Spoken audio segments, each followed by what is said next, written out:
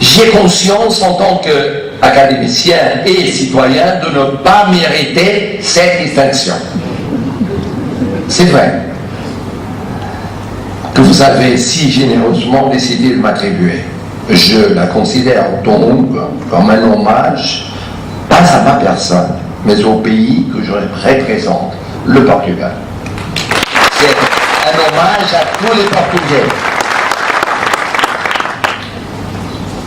Je remercie avec sincérité et reconnaissance les paroles de bienvenue de monsieur le recteur de l'université et l'éloge exagéré, bien sûr, généreux, sans doute, prononcé par monsieur le doyen de la faculté de droit. Les juristes, parfois, ils sont comme ça. Ils exagèrent. Le juriste devrait être pas juste quelqu'un qui travaille le droit et qui poursuit la justice, mais on exagère de temps en temps, vous le savez. Et à cette occasion, permettez-moi de rappeler une lointaine journée qui dure encore dans la mémoire collective des Portugais.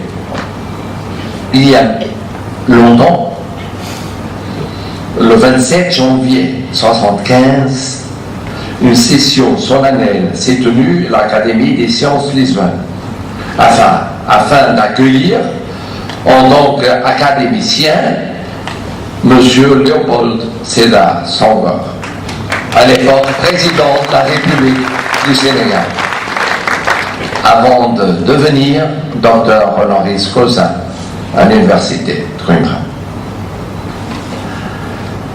Léopold Senghor a prononcé en ce jour une conférence absolument remarquable. Il était une personne remarquable. Un témoignage qui encore aujourd'hui est tenu comme l'un des écrits les plus solides et éclairés sur la lusidanité et la négritude. Tel était le titre du texte. J'y étais très jeune et je peux en témoigner.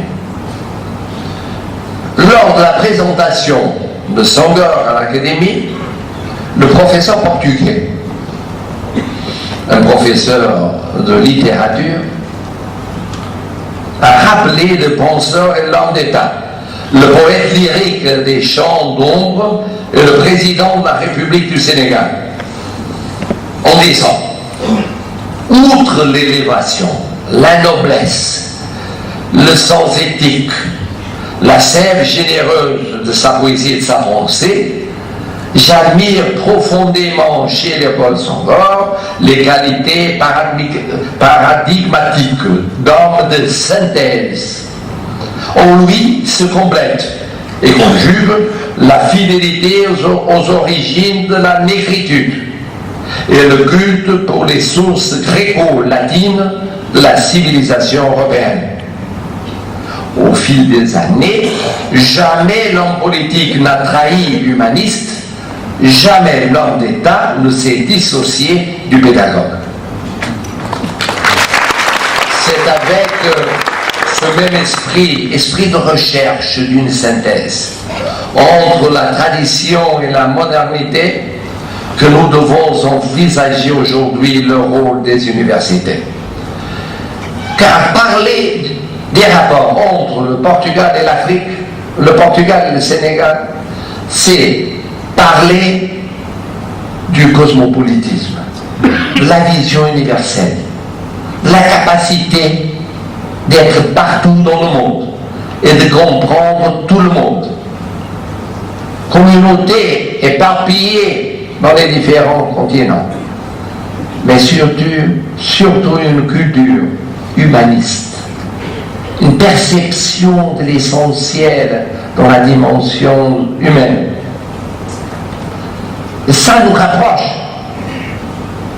C'est pourquoi il est si facile entre nous de parler du passé, comme vous avez fait, monsieur le recteur, mais aussi du présent et de l'avenir. Un doctorat honoris causa, pour moi, n'est pas une expression de passé. C'est une vocation d'avenir. Il est un appel à un avenir plus ambitieux entre nous deux. Peuple, patrie, nation, État, personne. Et ça veut dire humanisme.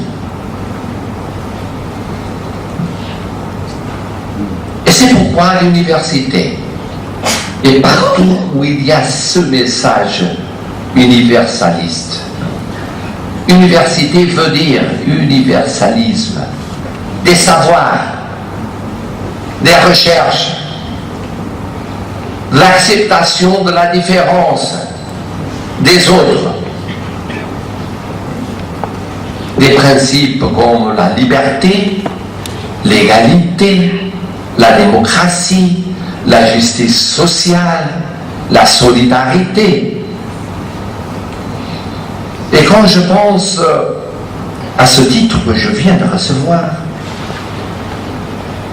je me rappelle de l'exemple du Cheikh Anta Diop, qui a été un précurseur dans l'étude et l'affirmation de l'ancestralité des peuples africains dans l'histoire, dont les thèses ont été pour l'essentiel corroborées par des recherches ultérieures, et qui démontrent que l'Afrique a été le berceau de la civilisation.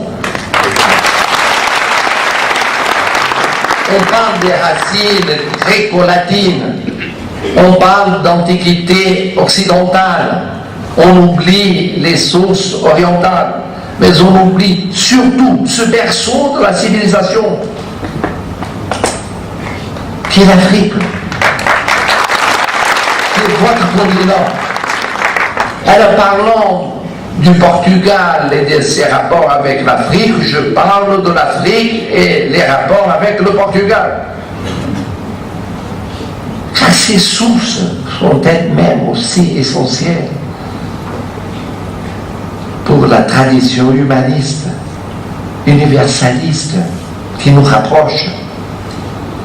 Nous sommes ici, on a un endroit particulièrement approprié pour souligner ce rôle universel des universités dans la promotion de la connaissance, du dialogue multiculturel et multiethnique. Les universités, comme les européennes, depuis leur fondation au Moyen-Âge, ont toujours représenté des foyers de rayonnement du savoir, pôle d'attraction de chercheurs et d'hommes de lettres et de sciences. Il y avait une tradition qui en latin se disait peregrinatio academica, ça veut dire pèlerinage du savoir et des académiciens. Ils parcouraient les différentes universités. Il y avait un dialogue et parfois une présence physique, mais toujours spirituelle, des savants qui venaient des 4 coins d'Europe d'abord et des 5 coins du monde ensuite. Aujourd'hui, à l'ère de la mondialisation, l'Académie doit rester fidèle à cette mission multiséculaire qui est la sienne, en contribuant au dialogue et à ce que, sur le sillage de Bonsangor, nous pourrions appeler la pédagogie de l'humanisme. Et à une époque où des murs s'élèvent entre nations et sociétés, de nouvelles formes de racisme, de xénophobie, de populisme antidémocratique fleurissent, il incombe aux académies, aux professeurs, aux élèves, d'exercer leur action de bastion d'une anthropologie politique universaliste, construite à partir du respect des principes éthiques, de la sauvegarde de la dignité de la personne humaine, du dialogue pacifique entre cultures, du respect envers son prochain. Senghor, à Lisbonne, il a dit: toutes les grandes civilisations, comme souvent les grands hommes, sont nées au croisement des routes et des races. Et parlons des Portugais. Il disait: les Portugais sont une symbiose de races. Le Portugal, qu'il appelait la lusitanité, est un exemple significatif de ce croisement de trajets, de culture et de civilisation. Et il soulignait la profonde affinité entre la lusitanité et la négritude. C'est pourquoi parler du Portugal et de l'Afrique aujourd'hui, c'est parler de l'avenir, c'est parler de la langue. Vous avez souligné, monsieur le recteur, l'importance de la langue portugaise. Elle est partout dans le monde. Elle est au Portugal, bien sûr, mais elle est au Brésil, en Angola, Guinée-Bissau, à São Tomé et Príncipe, à Cap-Vert, au Mozambique, à Timor, très loin d'ici, en Inde. Elle est là. Une langue très importante pour le monde. Mais une langue qui est beaucoup plus qu'une langue. C'est une façon de vivre la vie. De la vivre en dialogue, en ouverture.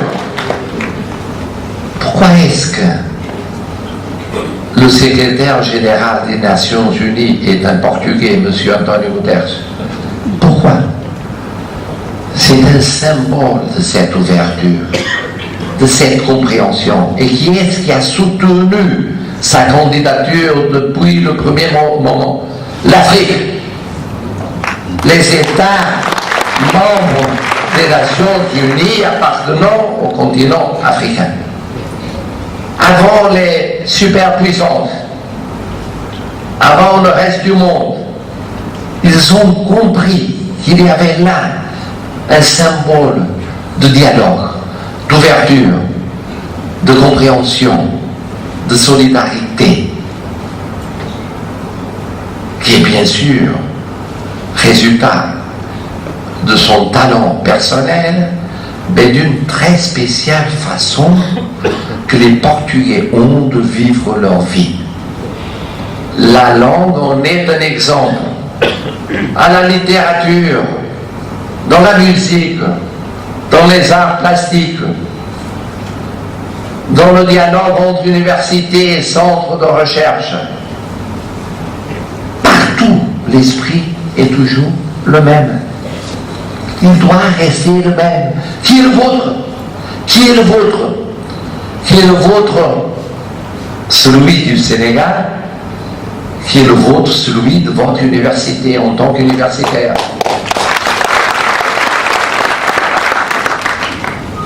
Et quand je parle de cet appel universel, je parle de ce monde. On a besoin de cette nouvelle éthique. Une nouvelle éthique dans la vie politique, dans l'action des pouvoirs publics, dans l'activité des entreprises, dans la structuration des sociétés contemporaines, dans le respect des droits sociaux, économiques et culturels, sans lesquels il n'existe pas les droits personnels et politiques. Et c'est ça l'exemple du Cheikh Anta Diop. Et c'est ça l'exemple du président Senghor. Lui-même, il a démontré en Europe qu'il était toujours africain.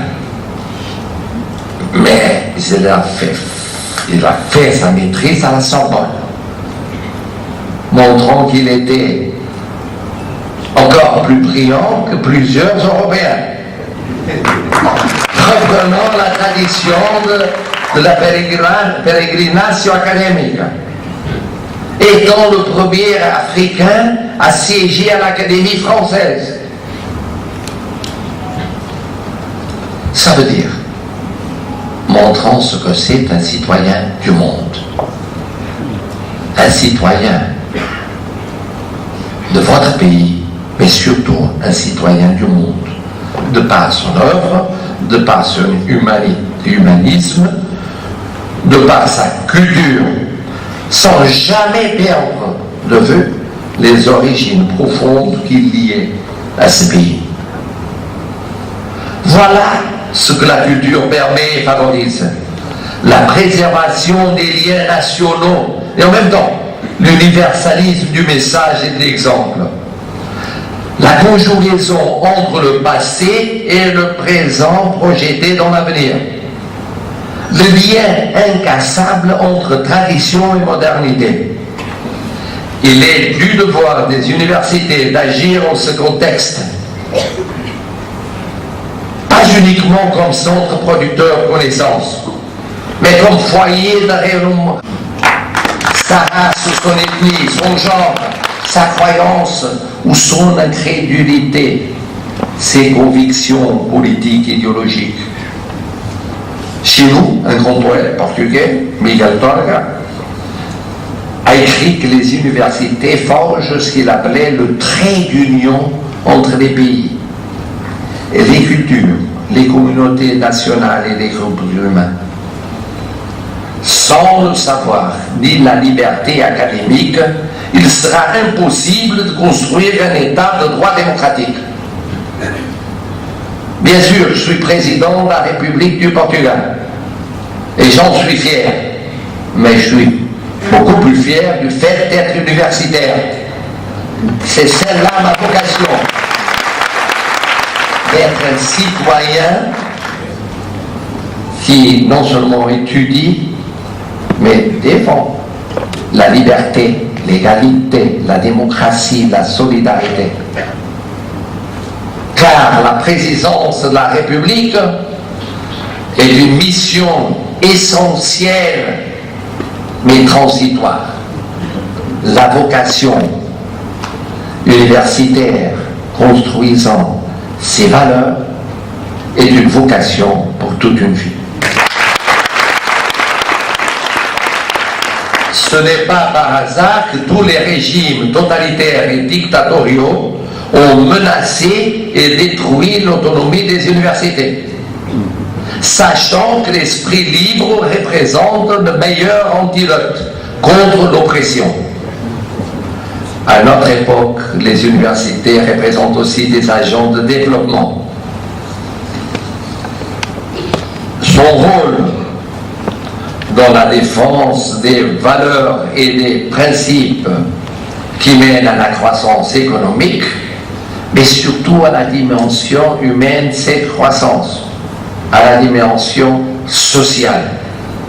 La justice que nous tous devrons poursuivre ne doit pas s'arrêter aux distinctions sociales. Elle doit s'assumer comme une justice universelle, sans frontières, sans division entre le nord et le sud de la planète. On est ensemble dans la même aventure humaine. Les Nations Unies en sont l'exemple et doivent l'être. Comme il a déjà été dit, nous vivons dans un seul monde. Et c'est la conscience, cette destinée partagée qui oriente l'action de nos dirigeants politiques, ou doit orienter, des leaders religieux et spirituels, des intellectuels et des académiciens. Au fond, il s'agit de remettre à jour les idées de l'humanisme, de la Renaissance, mais des sources de la connaissance la plus lointaine, reposant sur des héritages classiques de la Grèce et de Rome, comme Léopold Senghor l'a si souvent souligné, mais aussi de l'Antiquité orientale et des racines africaines communautaires. La quête de ce nouvel humanisme, un humanisme à échelle planétaire, revêt nouveau contour au XXIe siècle. Parce que l'humanisme n'est pas le patrimoine ni exclusivité d'un continent, d'une région. Il doit reposer sur la conviction inébranlable que nous sommes tous des citoyens du même monde. Et cette notion de citoyenneté planétaire comprend de sérieux et d'importants défis. Elle implique une revitalisation de la tolérance et du dialogue, de la coexistence pacifique et surtout le renforcement des facteurs et agents de changement. La jeunesse, mais aussi le rôle des universités, assimilant la justice et la paix comme les piliers du dialogue urgent d'approfondir.